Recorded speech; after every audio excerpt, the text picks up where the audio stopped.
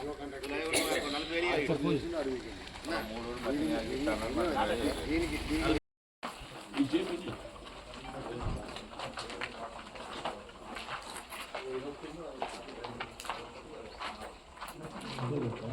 మంది లబ్ధిదారు. అయితే అప్పుడు క్లబ్లో తవటినప్పుడు ఎమ్మెల్యే గారు వాళ్ళకి ఇప్పుడు కొన్ని ఇందిరా మిల్లు వచ్చినాయి. వాళ్ళ జాగాలో కొత్త 12-13 సంవత్సరాలు. ఇప్పుడు 2 ఎకరాలు 37 గుంటలు ఉంటుంది. 2 ఎకరాల 7 గుంటలు ఉంటుంది. అది ఇప్పుడు ఎకరం పోను ఇంకెన్ని కట్టదు, ఇంకా మీదే కట్టచ్చు. లేదు సార్, ఇప్పుడు ఒక 20 గుంటల్లో 15 గుంటల్లో ఇంకా అక్కడ దాకా ఉంది. ఇప్పుడు మనకు ఇంకా 1 ఇల్లు కట్టచ్చు.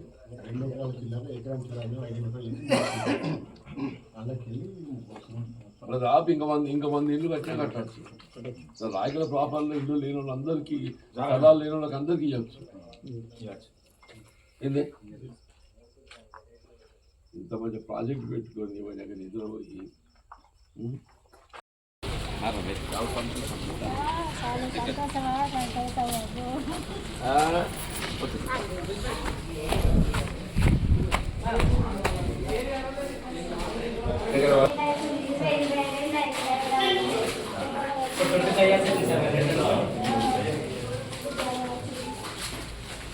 ఎంత ఖర్చు వస్తుంది? మొత్తం 50 పోయి పైన ఫాల్ సీలింగ్ చేయవద్దు.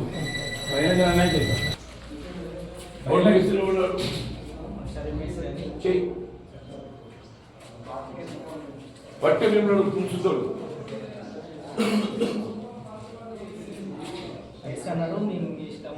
అక్కర్ని వాడు గట్టి చెప్తున్నాడు. వాడు పడదు కానీ మనకు అవసరం లేదు, పెట్టుకోవద్దు. అవసరం చేయమేసినాడు ఆప్షన్ చెప్పు. 3 కాంట్రాక్టర్స్ కొన్ని లేపిండు ఆయన. ఇక్కడ అందరు గుజలు పెట్టి నాకు 60 ఇట్లే 2 ఎకరాల 30 కాదు సార్, ఇది అన్ని 30 కన్స్ట్రక్షన్. ఇవి మొత్తం కలిపి 30 కన్స్ట్రక్షన్. 60 మొత్తం 60కి అది ప్రారంభించదు. అది దీనే పక్కకున్న ఇదంతా ల్యాండే. 60 మొత్తం 2 ఎకరాలు 7 గుంటలు. దీనిలో వేసినంతా 20-22 గుంటలనే వేసింది. చాలా బాగుంది. ఇది 30 కన్స్ట్రక్షన్. అదే మన పెద్ద గవర్నమెంట్ ఆయన ఎన్ని అంతస్తులు? 3+2. అసలు మా జగిత్యాల రూపపల్లి కంటే మంచిగా ఉన్నాయి కట్టు పిల్లర్లు. शिलापाल हमें आके वहाँ जब का जब डिस्प्ले करके फिर वो ऑटो वापस चले जाता गद्दी वापस स्टैंड बैठे अन्नी स्टैंड बैठे स्टैंड इट देखिए बैठले लास्ट बैठे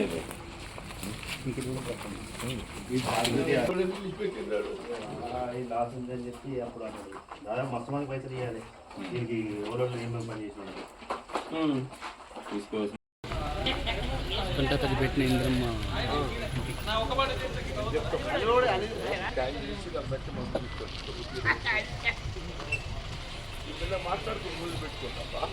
ఎలక్షన్లో ఏ విధంగా అయితే మన ప్రభుత్వ పథకాలను తీసుకెళ్ళాలి, ప్రభుత్వ విధానాలు మనం అమలు చేసినవన్నీ ఏ విధంగా అయితే అందుతున్నాయో వాటి వివరణ చెప్తూ ఆ పథకాలను ఏ లబ్ధిదారులకు ఏ విధంగా అందినాయో ఆ లబ్ధిదారులను గుర్తిస్తూ, అలాగే ఇప్పుడు మన ప్రభుత్వం ఏ విధంగా అయితే రేషన్ కార్డులు అయితేనేమి, ఫ్రీ బస్ అయితేనేమి, ఫ్రీ కరెంటు ఉచిత కరెంట్ అయితేనేమి, అలాగే గ్యాస్ సిలిండర్ గుడ్ అయితేనేమి, ఇలా చెప్పుకుంటూ పోతే మన ప్రభుత్వ పథకాలు ప్రతి ఇంటికి ప్రతి గడపకు సరాసరిగా అందినట్టుగానే ఉన్నాయి.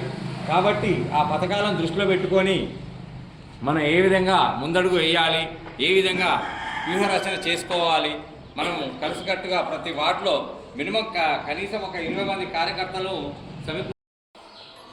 సంక్షేమ కార్యక్రమాలు వైఎస్ రాజశేఖర ఆదర్శుడమ్మా. 2004 నుండి 9 వరకు ఆయన ప్రభుత్వంలో మంత్రిగా పనిచేసిన శాసనసభ్యులు ఉన్నారమ్మా. నన్ను వారు ఏ కార్యక్రమం అమలు చేసినా శాచ్యురేషన్ పారికలకు అమలు చేసిన శాచ్యురేషన్ పారికలు అర్హత గల వారికి అందరూ మన రేషన్ కార్డు అర్హత గల వారికి అందరికి ఇచ్చినామమ్మా. శాచ్యురేషన్ మోడ్ నేను నిత్యావసర వస్తువులు సన్న బియ్యం మార్కెట్ కానీ కూడా అందరికి రేపు పెన్షన్ కూడా అది ఒంటరి మహిళ కానీ వితంతే కానీ వృద్ధురాలే కానీ బీడీ కార్మికురాలే కానీ వికలాంగురాలే కానీ ఎవరైనా కానీ తల్లి అర్హతకు అనుగుణంగా సాచ్యురేషన్ మోడ్తో అందరికీ పెన్షన్లు కల్పింపజేయడం ఏదైతుందో కాంగ్రెస్ పార్టీకి లక్ష్యం బాధ్యత. రేపు వాళ్ళు ఏమవుతున్నాం ఉగాది నుంచి ఇంటి నిర్మాణ కార్యక్రమం 10 ఏళ్ళు కింద కట్టేది పోయిందా? ఎలక్షన్ రాగానే 3 లక్షలు చెప్పారు కాగితం వచ్చింది అంట. అందరు పరీక్షలు నీవు సార్ 3 లక్షల కాగితం ఇస్తుండు. అందరు ఏదో 3 లక్షల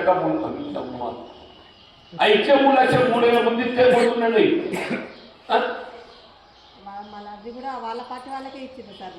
అది సిక్కులేదు తల్లి అంటే వారాలు కట్టుకొని ఆదికి లేదు ఇంటికి లేదు కదా. కానీ మనం అట్లా కాదు. ఎవరైనా కానీ తన ఇండ్లు లేదో ఎవరైనా ఉండని రాజకీయాలకు అతీతంగా రాజకీయ జోక్యం లేకుండా అర్హత ప్రాతిపదికన శాచ్యురేషన్ మోడ్తో వైఎస్ రాజశేఖర్ గారిని ఆదర్శంగా తీసుకొని ఏదైతుందో సంక్షేమ కార్యక్రమాలన్నీ అందరికి అందింపజేయడం ఏదైందో కాంగ్రెస్ పార్టీ యొక్క లక్ష్యం అని చెప్పిన మనం ఇది కాంగ్రెస్ పార్టీ యొక్క ఆలోచన విధానం తెలియకుండా దయచేసి కొంత ఇవాళ ఈ నర్మంతరం పోలు ఏదైతే ఉన్నదో ఒక కన్ఫ్యూజన్ క్రియేట్ చేయాలి పెట్టని చెప్తుంది. కానీ మనం దేనికి కన్ఫ్యూజ్ కావాల్సిన అవసరం లేదండి. ఈ పార్టీ మనది, ఈ జెండా మనది.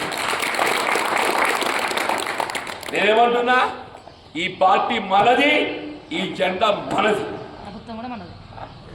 ప్రభుత్వం మనది. ఇరవై మున్సిపాలిటీ మీద 12 సీట్లు ఉన్నాయి. మొన్న ఎవడు గెలిచి సంబంధం లేదు తల్లి. రే మాత్రం మొత్తం 12 కాంగ్రెస్ పార్టీ జెండా ఎగరేస్తాం. 12 కాంగ్రెస్ జెండా మోసినోడే ఎగరేస్తాడు. ఇది కూడా చెప్తున్నాను. మన త్రాగునీటి సమస్య ఉండకూడదు శాశ్వతంగా. ఇలా భగీరథ నడవలేదు.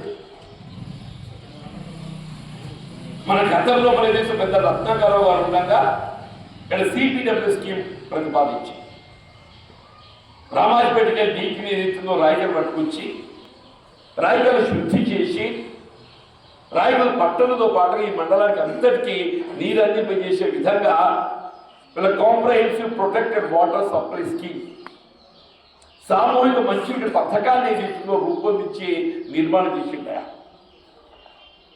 టీఆర్ఎస్ వచ్చినాక దాన్ని అమలు చేయక నిలిపేసి చెప్తాను. ఇవాళ నేను ఓడిపోయినావా, నా అదృష్టం లేదు, మీ శ్రమ ఫలితం దక్కలేదు. కానీ నేను ఏదైతుందో ప్రజా సౌకర్యాన్ని విస్మరించలేదు.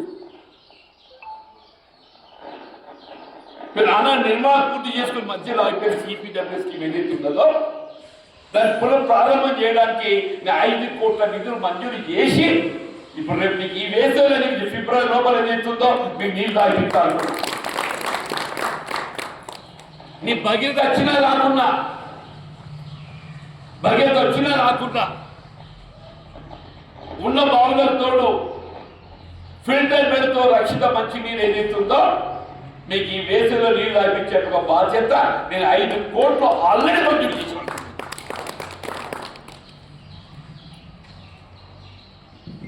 మా రాజిరెడ్డి నా రైతు సోదరులు ఏదైతుందో కుమ్మరిపల్లి ఓటానికి ఆట కావాలని నంబర్ 1 కావాలని మొత్తం వచ్చింది.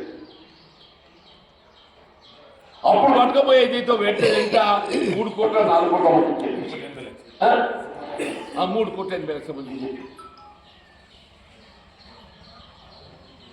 పని చేద్దామంటే చిత్తశుద్ధి ఉండాలి, సంకల్పం ఉండాలి. ఏమనంటే అభివృద్ధి ఏంద్ర నీ అభివృద్ధి,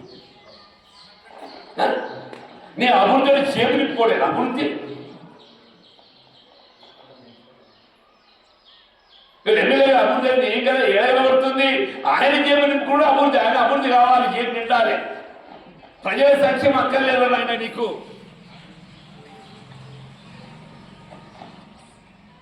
నేనంటున్నా కాంగ్రెస్ పార్టీకి అధికారం కావాలి, కానీ మా బాధ్యత ప్రజాసేవ అని చెప్పాడు. మా బాధ్యత ప్రజాసేవ అని చెప్పాడు. రాయగఢ్ మండలం, రాయగఢ్ మున్సిపాలిటీని జగిత్యాల జిల్లాలో ఒక ఆదర్శవంతమైన ఒక మండలంగా మున్సిపాలిటీగా తీర్చిదిద్దడానికి వీళ్ళ కాంగ్రెస్ పార్టీ జీవన్ రెడ్డికి అక్కడ పత్రులు కూడా మాకు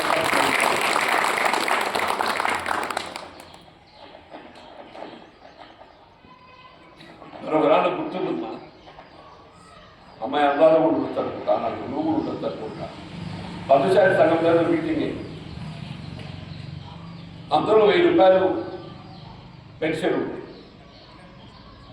నేను చెప్పా ప్రభుత్వ ఉద్యోగస్తులకు 5 సంవత్సరాల మొదలు పిఆర్సీ పే రివిజన్ కమిషన్ ఏదైతుందో పెరుగుతున్న నిత్యావసర వస్తువుల ధరలకు అనుగుణంగా వాళ్ళ మిగతా బడ్జెట్ సవరణ చేయడం జరుగుతుంది.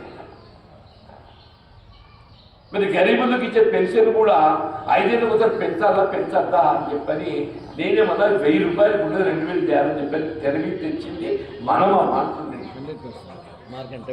మార్కెట్ చెప్పుకుందా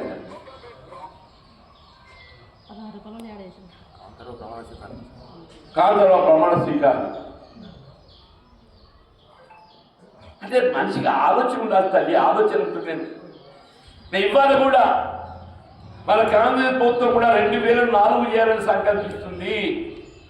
కొంత ఆర్థిక ఇబ్బంది ఉండడంతో ఏదైతుందో 4000 అమలు చేయడం కొంత జాగ్రత్త అవుతుంది. మీరు ఆలోచన చేయలేదు పెన్షన్ పెంచాలని. ఇక్కడ కాంగ్రెస్ పార్టీ మన ఆలోచన. నేనేమన్నా మీకు ఉగాది లోపల తల్లి అర్హత కలిగి ఉన్నటువంటి ఒక పెన్షన్ హోల్డర్స్ ఎవరైనా కానీ అబ్బా, వాళ్ళు వృద్ధులే కానీ ఇతరులే కానీ మా బీడీ కార్మికురాలే కానీ అబ్బా, మనలో బీడీ కార్మికురాలు ఎక్కువ ఉంటారు. ఏమైతే 2014 వరకు ఎవరైతే పిఎఫ్ కట్ అయిందో వాళ్ళకి మాత్రం పెన్షన్ వస్తుంది. 2014 తర్వాత పిఎఫ్ కట్ అయిన వాళ్ళకి పెన్షన్ వస్తుంది.